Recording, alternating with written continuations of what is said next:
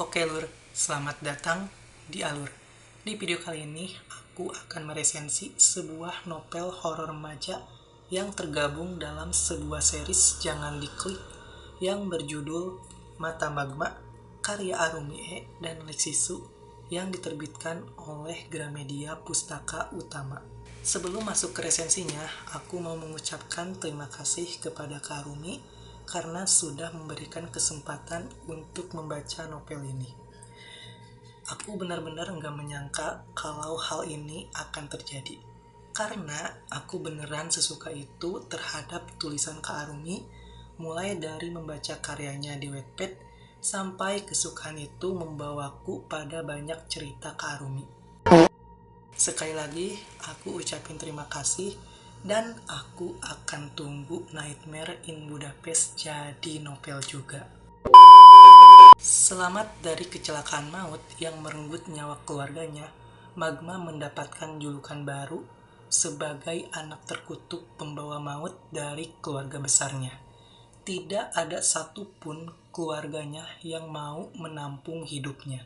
Magma diasingkan ke rumah Neati yang berada di salah satu desa di Jawa Barat.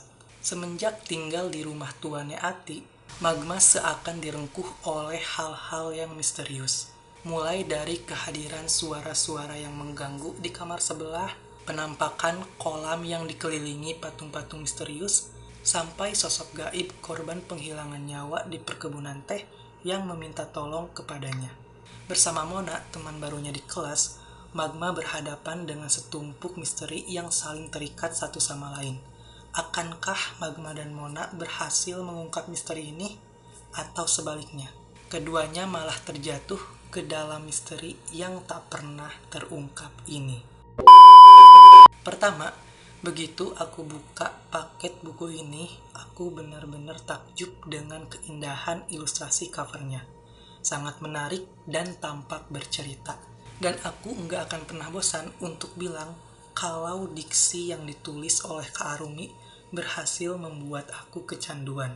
Cara Kak Arumi bercerita, mendeskripsikan sesuatu dengan detail, alih-alih membuatku bosan, malah membuatku semakin tertarik, termasuk novel Mata Magma ini.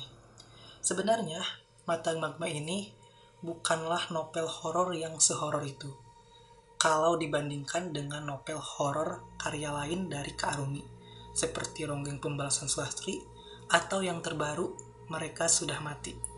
Jadi, novel Mata Magma ini tuh lebih ke genre misteri remaja yang dibaluti sedikit bumbu komedi. Aku suka dengan interaksi antara Magma dan Mona di novel ini, apalagi di setiap dialognya diselingi dialog bahasa Sunda. Aku seakan bisa mendengar Mona berbicara bahasa Sunda dengan logatnya. Namun, meskipun begitu, di beberapa dialog ada sedikit kekeliruan penggunaan kata teh dan juga kata tea. Untuk ritme alurnya, aku merasa alur di sini tuh bisa dibilang cepat, tapi juga bisa dibilang lambat. Jadi, secara penceritaan, novel ini terasa cepat, tapi secara perkembangan karakter atau aksi karakter kesannya lambat. Kayak apa yang dilakukan si tokoh utama bersama tokoh pendampingnya tuh kayak kurang gebrakannya. Contohnya, karakter Magma dan Mona di awal mereka bersepakat untuk mengungkap misteri yang ada. Tapi tindakan mereka tuh kayak nggak ada artinya gitu, kayak stuck gitu aja. Sementara secara penceritaan di novel ini dari awal sampai pertengahan bab itu sudah memberikan teror atau penjelasan-penjelasan yang bisa mendorong si karakter utama beserta karakter pendampingnya untuk bertindak. Tapi ya kayak gitu, karakternya kayak stuck gitu aja, cuma kayak muter-muter aja gitu, nggak ada gebrakannya. Bukan nggak ada gebrakannya sih, tapi kurang gebrakannya. Berbeda dengan novel Aku Tahu Kapan Kamu Mati, karya horor lain dari Kak Arumi. Kenapa aku mention novel ATKKM ini? Karena begitu aku baca novel Mata Magma ini, aku merasa Magma itu adalah Sienna versi cowok. Jadi di novel ATKKM, Sienna, si karakter utama, dari awal sampai akhir selalu memberikan gebrakan.